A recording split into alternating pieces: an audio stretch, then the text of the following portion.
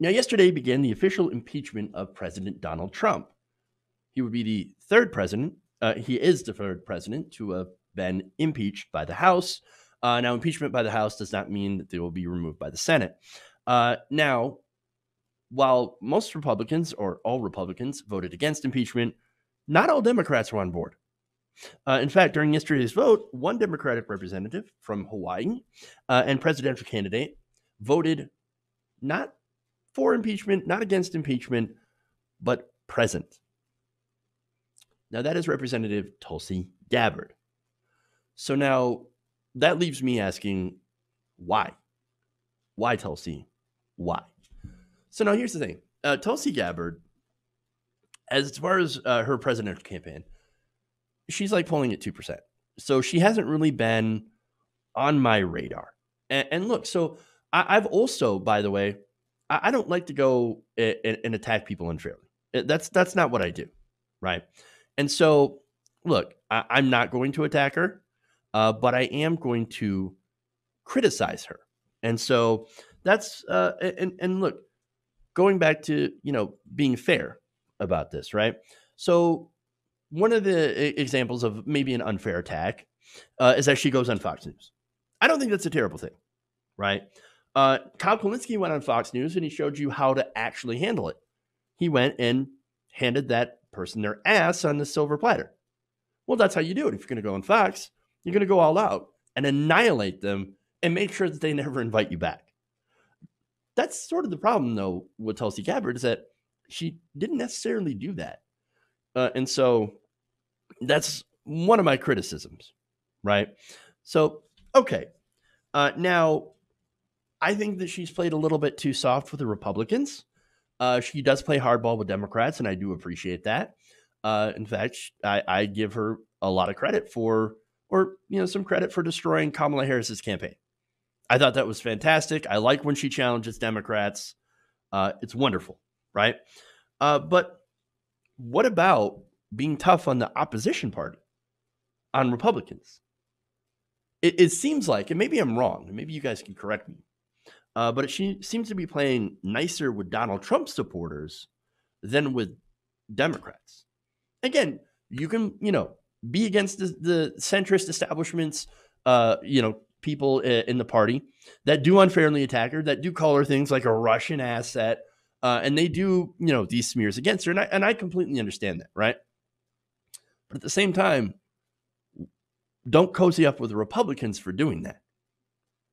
And so, look, I don't think I'm wrong. And so what is she doing, in my opinion? I think she's trying to have her cake and eat it too. So now, in a statement, she explained this, quote, "I'm standing in the center and have decided to vote present." Ironic for someone who, doesn't like centrists, right? She's standing in the center or trying to be above the fray. She said, President Trump is guilty of wrongdoing. Now, okay, we agree about that, right? She said, "I could not in good conscience vote against impeachment because I believe President Trump is guilty of wrongdoing." So that's what she said, right? We totally agree on that. Yes, he is guilty of wrongdoing, not just on the Ukraine stuff, right? The Ukraine stuff is so obvious that it hurts, but then you also have things that they left out. Emoluments, war crimes. Need I say more? She loses me, though, when she says this, quote, "I also could not in good conscience vote for impeachment because removal of a sitting president must not be a culmination of a partisan process fueled by tribal animosities that have so greatly divided our country." What are you talking about? Impeachment and removal is a political process. What are you talking about? It's a totally political process. And so, yes, Donald Trump is a criminal, right? But since he's president of the United States, and since the Justice Department literally can't charge him with a crime because he is president of the United States, one of the only tool that Congress has to put a check on the president is to use the powers of impeachment granted by the Constitution. So what kind of argument are you trying to make? No, she's saying that I don't want to take a side because I don't like Democrats. I understand why she doesn't like other Democrats. Look, I'm a fan of Bernie Sanders. You think that he doesn't get attacked by Democrats day in and day out? You don't think progressives don't get attacked day in and day out by centrist Democrats? Of course we do. And at the same time, like, still, you're going to use a Republican talking point that you're dividing the country by doing impeachment. I got news for you, Tulsi. You might not know this, but the country's kind of divided already. It's almost as there is two different countries. There is the rest of us, and then there is the corporate establishment. But the thing is that not only do you have the rest of us, you have those who are defending racism, misogyny, that are defending someone who has fascist tendencies, right? So it's not just the economic divide. There's also a huge cultural divide. And that's what we're talking about here. And not taking a stand on impeachment doesn't really do anything. You can't just say that you're above the fray. Because, again, this is a political process. And so here's the other thing, right? So now, I know one of the talking points is that, okay, but here's the thing. Pelosi and the corporate Democrats, Tulsi stuck it to them by not going along with their impeachment scheme, right? They had to be pressured into it. The thing about the establishment is they had to be pressured into impeachment. I know Pelosi is taking credit now, but Pelosi was originally massively against this during the Mueller investigation. Why is that? It's because Nancy Pelosi raises money from Donald Trump being president. Trump raised her a lot of money railing against him. So any possibility that he's going to get removed, which, look, we know Republicans, they're not interested in removing him. So, that's not going to happen. But still, Pelosi, not in favor. Originally wasn't in favor, but this Ukraine stuff was too obvious to ignore. They had to do something. And so that was, again, when she was against impeachment, it's because of the Mueller report. Well, the Mueller report found 10 different instances of obstruction of justice and did not exonerate the Trump administration of wrongdoing, did not exonerate the president himself of wrongdoing. Mueller, in fact, in an act of cowardice, kicked the can over to Congress, who, until the Ukraine stuff, was also acting in cowardice on that issue and refused to hold the Trump administration accountable for anything. Do you want to know who actually first called for impeachment? It wasn't Nancy Pelosi. It wasn't Adam Schiff, right? It wasn't Gerald Nadler. No. The first public impeachment announcement came from Rashida Tlaib of Michigan. She's part of the squad. She's a progressive. She said, impeach the MFR. Followed by, of course, Ilhan Omar. Progressives leading the way. The establishment wasn't interested. Let me give you some quotes here from members of the establishment, starting with Nancy Pelosi. Back in May of this year, Nancy Pelosi told members of Congress, quote, "Don't tell anybody I told you this. Trump, I use his name, Trump is goading us to impeach him." That's what he's doing every single day. He's just taunting. She also added publicly that the party cannot impeach for political reasons, but can't refuse to impeach him for political reasons either. So, very wishy-washy, right? First against impeachment, then very wishy-washy on it. And so, not only that, but here you also have her saying, we have to see where the facts take us. Okay. And of course, when it came to Mueller, they decided not to impeach. But on Ukraine, again, something different. Now, Jared Nadler, another person who was very, I don't know, anti-impeachment at the time, but now very pro-impeachment, one of the leaders. He said, quote, this is about the comment by Rashida Tlaib. I don't really like that kind of language, but more to the point, I disagree with what she said. It's too early to talk about that intelligently. We have to follow the facts. We have to get to the facts.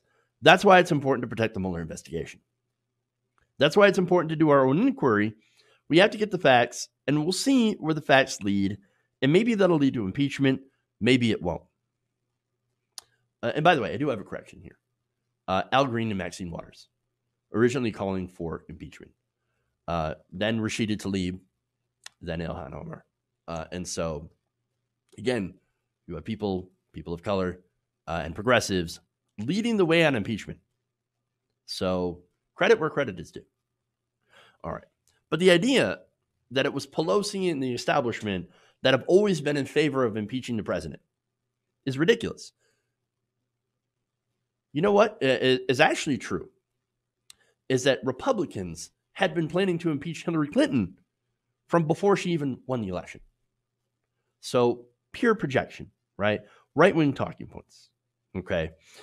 So again, they did not want to go down this route, despite what the Mueller investigation showed. And again, they dropped the Mueller findings, and they also dropped emoluments, war crimes, financial crimes, etc. Now, maybe there's a good reason for that. It is very likely that Democrats did not include more specific things, A, because they're scared of what Republicans are going to say or losing on those specific issues. And some of them might actually be involved in some of the financial crimes. So there's that. So to say this is partisan, no, it's not partisan. This is the weakest impeachment I've ever seen, showing me that Democrats really are not serious about holding Trump accountable. So what's the point of voting present? I actually think that Gabbard would have been better served in voting yes, and then criticizing the process and criticizing the fact for being too narrow and not including a lot of Donald Trump's crimes. That would have been way more effective. Way more effective. Instead, she goes a bizarre route of trying to be above everything else. I can only speculate as to why. Why does she feel like she's going to be above the fray? Okay. And so, look, I understand that some people are going to be mad by this video. Some progressives, how dare you smear Tulsi like this? We'll name one smear. It's not a smear if you ask questions about why she decided to vote present. A smear is, again, labeling her a Russian asset with no proof. I'm really dumbfounded by why she would go in this direction, and actually incredibly disappointed. I don't know why she's softer on Republicans than Democrats. It doesn't make any sense. Corporate Democrats are a huge, huge problem, but they're a problem because they assist Republicans. They enable Republicans. And if you assist and enable Republicans in order to rebuke corporate Democrats, then I don't know if you know your strategy very well. What are you trying to accomplish at this point? Are you trying to make the Democrats better by making Republicans worse or allowing them to get away with obvious wrongdoing? I don't understand the strategy. I don't get the strategy. I'm not a master political strategist. And so if somebody were to tell me what she's actually, doing, what she actually is going to get out of this, because I don't necessarily know, and I think it was a bad move on her part. And that's just my opinion. But look, the whole reason, of course, corporate Democrats suck is because they're basically socially liberal Republicans, and they push back against progressives. So look, I don't agree with Gabbard on this vote. It's a terrible vote. It doesn't mean that she's bad on everything. She's great on a lot of things. And we agree on a lot of more issues than we disagree on. She's against most of the wars. I'm against the wars. Same wars. But again, I'm very disappointed by this vote. And, it just dumbfounded. I don't understand her point. And I think it's the wrong way to go. Hey guys, hopefully you enjoyed that free video. Now I'm going to have to ask you a favor. Between the demonetization and the YouTube algorithm messing around with view counts, etc., we're having a hard time adjusting to the new YouTube reality, which is where you guys come in. See, we have a Patreon, patreon.com/TYTNation, set up to help us rely on you guys, the viewers, instead of big corporate ads. Look, you know the show. You know I'm not in favor of big corporations anyway. So help us transition away from relying on the ad model to pay the bills and sign up to be a patron, patreon.com/TYTNation. That goes a long way to help us keep the lights on. And you guys will know that you're supporting independent, progressive media.